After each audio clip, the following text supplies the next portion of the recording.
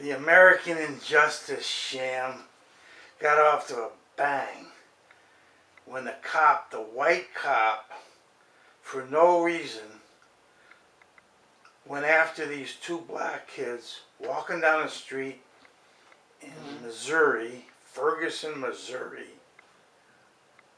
and then shot them, killed them dead.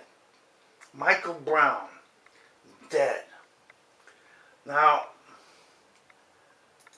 how is it possible to start off a simple case where the cop is put on a paycheck and is hidden from view for murdering an innocent black kid walking down the street with his friend? How is that possibly going to be justice? I mean, could you possibly assume justice is ever going to appear here? Of course not. They're going to hide this whole deal. They're making out like, well, maybe this kid was a troublemaker. Let's see what he wears, or stuff like that, like they did with Trayvon Martin, you know?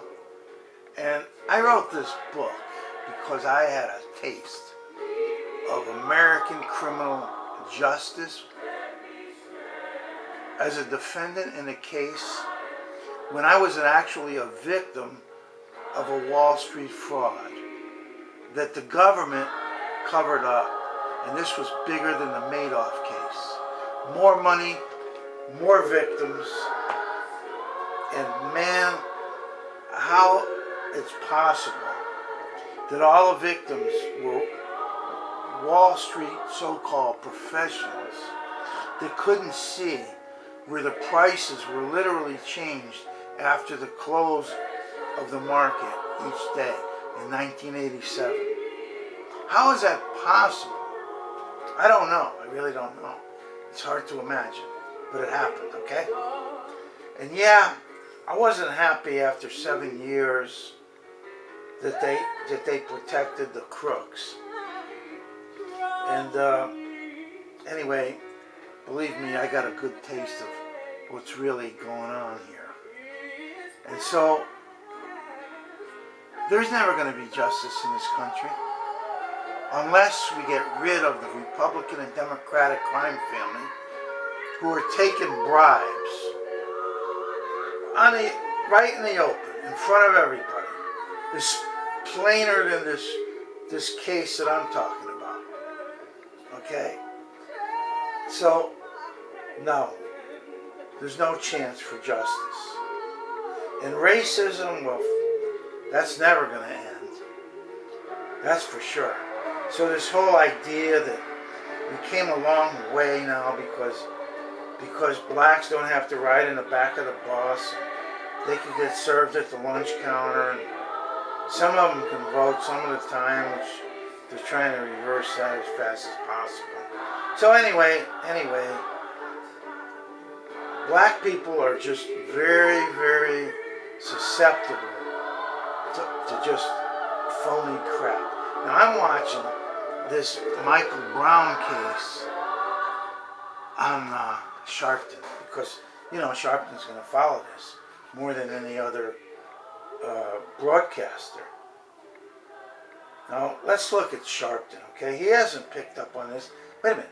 They just put this guy out with a paycheck who just murdered this kid, and clear as day, there's no question about it, and he gets a paycheck. And Obama and Eric Holder, the Attorney General, could easily just direct the FBI, okay, get down there, find this cop, which would be very easy, and cuff him and lock him up and charge him in the federal system, because obviously they're trying to waltz him out. Just like they waltzed Zimmerman out. Just like they waltzed the 4 cops that beat up Rodney King on TV.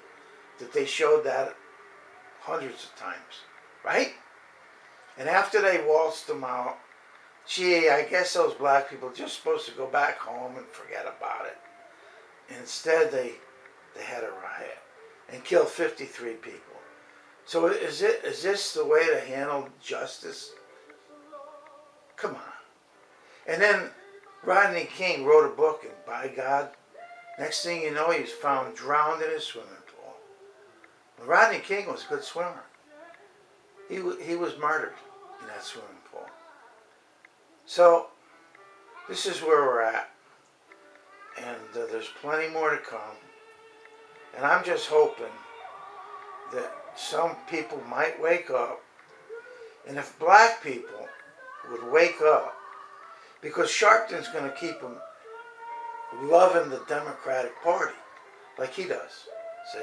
Because he's involved, he's right in there with Hillary and Obama, and he wants to be welcome, and he just praises them to the rafters. And that's his deal. And I've been down at his place on 145th Street a few times. And one of those times was after, what's her name, Angelo, the great poet, died. And he was telling these people after he ripped them off for as much money as he could. He makes millions of dollars on this TV show, by the way. He doesn't need a dime from any of these people. But he told them that they should go to 125th Street in front of the Apollo Theater and lay in the street. Now, do you think there's any way to get justice if people just laid on the street in 125th Street in front of the Apollo Theater? I mean, that is ridiculous. But hey, Sharpton told them to do it, and by God, that's what they did. Okay? So we'll just have to see if it's possible to wake people up. And one of the interesting things that's going to happen here in Bridgeport, Connecticut, is they're going to play that movie called The Butler. And they're going to play it, and you know who's coming, right? I'll probably be the only white guy there. And I'm going to point out to these people, if they'll allow me to, that the butler asked the President of the United States, each time a new president came in, if they could get paid, if the black workers in the White House could get paid the same as the white workers. And he was denied every time. Until I think it was Reagan that finally straightened that out. But gee whiz, you know, this is the President of the United States. This isn't the Tea Party group, you know. So if the President of the United States is going to tell his favorite butler, who's been there for decades, when he says, would you please level this out fairly? And he says, no. He says, if you don't like it, you could just pack up and go. Well, what do you think this guy's going to do? I mean, this is the kind of a real creepy-ass cracker bastard that has his foot on the throat of this man who's working for a living, doing a great job, but he only gets 60% of what his white counterparts get. That's justice in America. That's fair. That's some kind of we're making progress. You know, we came a long way, they like to say. I mean, that is ridiculous. So, let's see what happens in the Michael Brown case. They'll flim-flam it some way or another. Okay? And the feds will stay out of it. Obama, Eric Holder, they're not getting in. Okay? And reparations, that's what I want to talk about. How is it possible that they don't give black people reparations after the horrific treatment they got, but they give reparations to the Japanese people who were rounded up and put in a camp? Not a joke, but it's nowhere. It's a cakewalk compared to what happened to the black people. Okay, and they got a reparation of $20,000. They lost all their property except for a few things that they could actually carried to the camp, okay?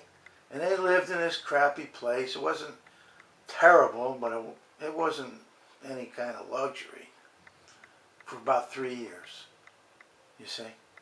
So that's my argument. And I would love to hear anybody take the other side.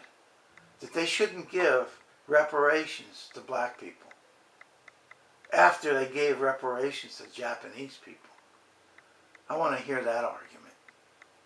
But in the meantime, let's just keep our eyes open here and wonder why this cop hasn't been locked up instantaneously and charged for first-degree murder, which everybody knows is what happened here. And yet he's getting a paycheck. Yeah. All right. That's about it for the moment.